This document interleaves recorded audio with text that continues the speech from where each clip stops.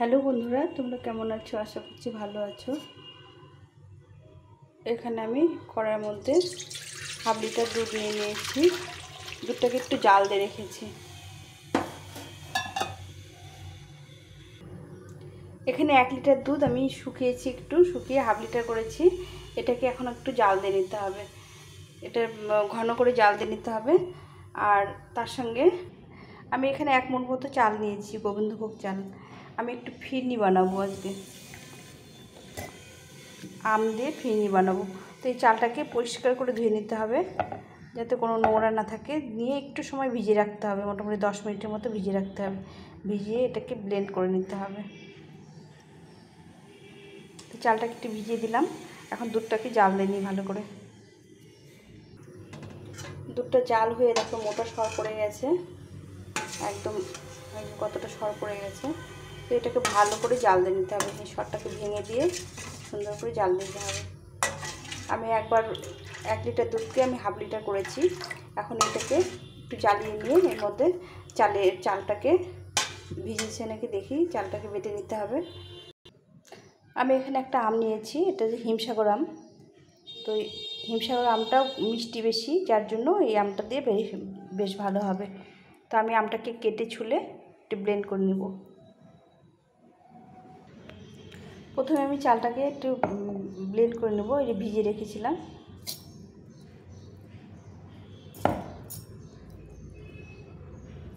সামান্য একটু জল দিয়ে এই চালটাকে বেটে নিতে হবে।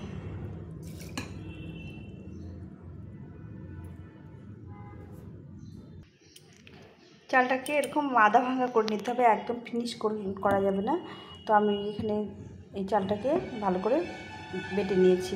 একটু দানা দানা আছে, এই যেরকম দানা দানা থাকবে এরকম করে বেটে নিতে হবে। এখানে দুধটা জাল হয়ে গেছে, এটা কতটা ঘন হয়ে গেছে। আরও একটু জাল দিয়ে নিয়েছি ভালো করে। এখন এর মধ্যে আমি এই চাল গুঁড়োটা দিয়ে দেবো, চাল বাটাটা দিয়ে দেবো। এটা আমি ব্লেন্ডার থেকে দিলাম, দিয়ে এটাকে ভালো করে জাল দিতে হবে। নেড়ে নেড়ে একদম দলা না পাকে এইভাবে জাল দিতে হবে। এত সঙ্গে সঙ্গে দলা লেগে যায়, দিয়ে সঙ্গে সঙ্গে ঘেটে নিতে হবে এভাবে।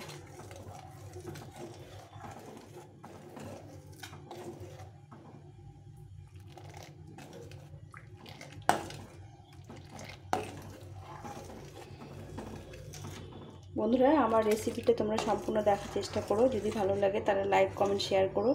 আর নতুন বন্ধুদের সঙ্গে অবশ্যই পাশে থেকে নতুন বন্ধুদের অবশ্যই শেয়ার করো। আর নতুন বন্ধুরা চ্যানেলটাকে সাবস্ক্রাইব করে পাশে থেকো। দেখো, এটা রেসিপিটা খুব ভালো লাগে, খেতে ভালো লাগে আর বানাতেও ভালো লাগে। খুব টেস্টি একটা রেসিপি, যেটা আমরা বিরিয়ানির সঙ্গে খাই, সেটা আজকে আমি আম দিয়ে এটা করব, ফিরনিটা। এই আমটা একটু পিস পিস করে কেটে নিয়েছি। তো এখন আমি আমটাকে ভালো করে ব্লেন্ড করে নেবো।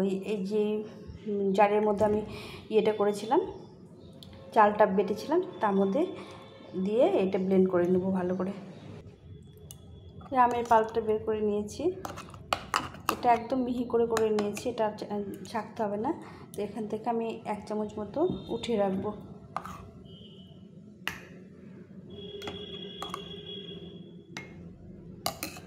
আর বাকিটা এখানে আমার এই চালের গুঁড়োটা সিদ্ধ হয়ে গেছে। দেখো কত সুন্দর হয়েছে, আর ঘন হয়ে গেছে, খুব ঘন হয়ে গেছে।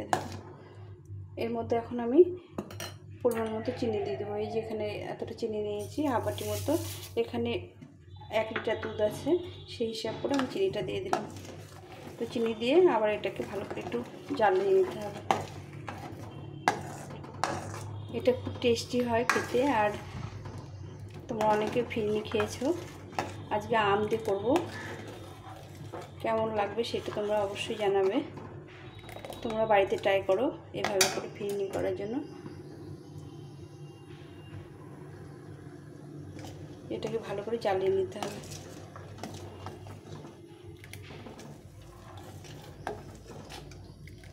আমি এর মধ্যে কোনো ড্রাই ফ্রুট দিলাম না, তোমরা চাইলে এখানে ড্রাই ফ্রুট দিতে পারো, দিলে আরও টেস্টি হয় খেতে।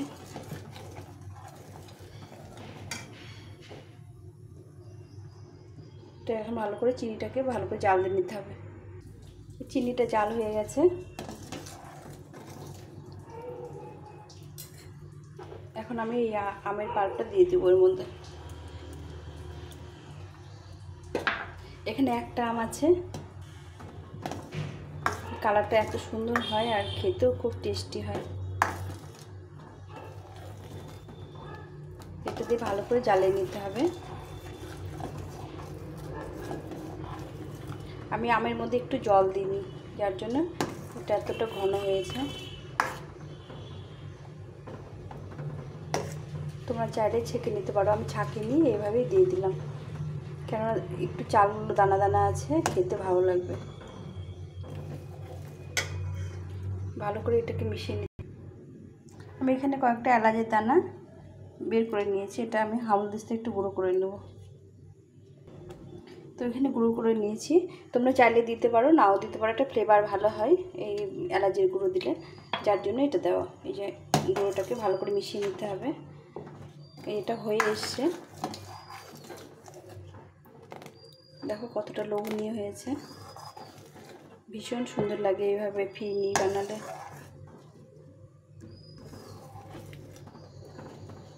একটা মিষ্টি গন্ধ বেরিয়েছে আম, দুধ আর এলাচ গুঁড়োতে। এখানে 1 লিটার দুধ আমি হাফ লিটার করে নিয়েছি, আর মোটামুটি 1 মুঠো মতো চাল দিয়েছি, আর একটা আম দিয়েছি। এটা দিয়ে আমি বানালাম। তোমরা চাইলে বেশি পরিমাণটা বাড়িয়ে দিতে পারো, কিন্তু চালটার পরিমাণ খুব একটা বাড়িয়ে দিলে ঘন হয়ে যাবে, তখন খেতে ভালো লাগবে না, একদম থকথকে মানে টাইট হয়ে যাবে। আর এইভাবে করলে পরে দেখো এটা যখন ঠান্ডা হবে তখন অনেকটাই গাঢ় হয়ে যাবে। তো বন্ধুরা, বাড়িতে এখন আম আছে, আমের বিভিন্ন রকমের রেসিপি তোমরা বানাতে পারো।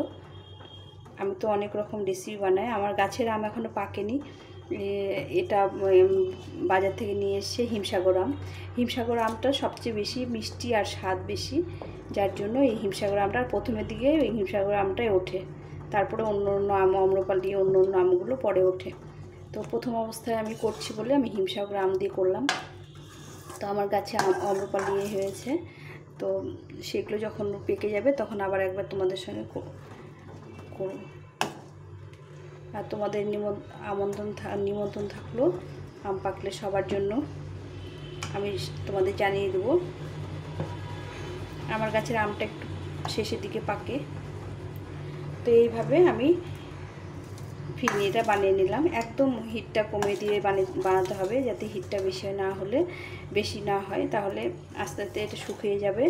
আর চালটা সেদ্ধ হওয়ার ব্যাপার আছে, আমটাকে মিশিয়ে দিতে হবে, এইভাবে বানিয়ে নিতে হবে। একদম কম হিটে সুন্দরভাবে বানিয়ে নিতে হবে।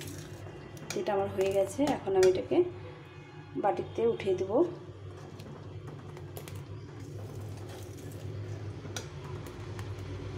একদম কত সুন্দর হয়েছে দেখো, খেতেও বেশ সুন্দর হয়। এটাকে একটু ফ্রিজে রেখে খেলে আরও ভালো লাগে। তো আমি এখন আর ফ্রিজে রাখবো না, আমি এটা বেড়ে দেব। এখানে আমি মাটির বাটি নিয়েছি, এই মাটির বাটিতে ফিরনি সার্ভ করে। তো এটা ফ্রিজে রাখতে হতো, যাই হোক তোমাদের সঙ্গে শেয়ার করছি এখন, আমি তারপরে ফ্রিজে রেখে দেব। তো এই 2 বাটিতে উঠে নিলাম। তো বন্ধুরা দেখো, 1 লিটার দুধে অনেকটাই হয়। দেখো কি মিষ্টি হয়েছে, কি সুন্দর হয়েছে। এখন এর মধ্যে একটু করে আমের পাল্প দিয়ে দেবো, এটা দেখতে ভালো লাগবে। তো আমার এই ফিরনি হয়ে গেছে, দেখো কত সুন্দর হয়েছে। এটা খেতেও ভীষণ ভালো হয়। বিরিয়ানির সঙ্গে তো আমরা খেয়ে থাকি, বিরিয়ানি খাওয়ার পরে। তো তোমরা এমনি খালি মুখে খেয়ে দেখো, ভীষণ ভালো লাগে, ভীষণ ভালো লাগে। আর কালারটা কি মিষ্টি হয়েছে দেখো, একদম হলদে কালার হয়েছে। তো এইভাবে তোমরাও বানিয়ে ফেলো বাড়িতে আজকেই। এখন তো পাকা আম সবার বাড়িতেই আছে টুকটাক করে, তো তোমরা বানিয়ে ফেলো, বানিয়ে খেয়ে তারপরে আমাকে তোমরা জানিও যে কেমন লাগলো, কেমন খেতে হয়েছে। তো আমি ড্রাই ফ্রুট না দিয়ে একটু আম দিয়ে, আমের পাল্প দিয়ে এটাকে সার্ভ করলাম। দেখতে সুন্দর লাগছে, কারণ যেহেতু আম দিয়ে করেছি যার জন্য আমি এই পাল্পতে করলাম। তো তোমাদের যদি ভালো লেগে থাকে অবশ্যই কমেন্ট করো, জানিও যে কেমন লাগলো। আর সবাই ভালো থেকো, সুস্থ থেকো, এইভাবে সবাই রান্না করো। সবাই সবারটা আমরা দেখার চেষ্টা করব। আজকে এখানেই শেষ করছি। টাটা।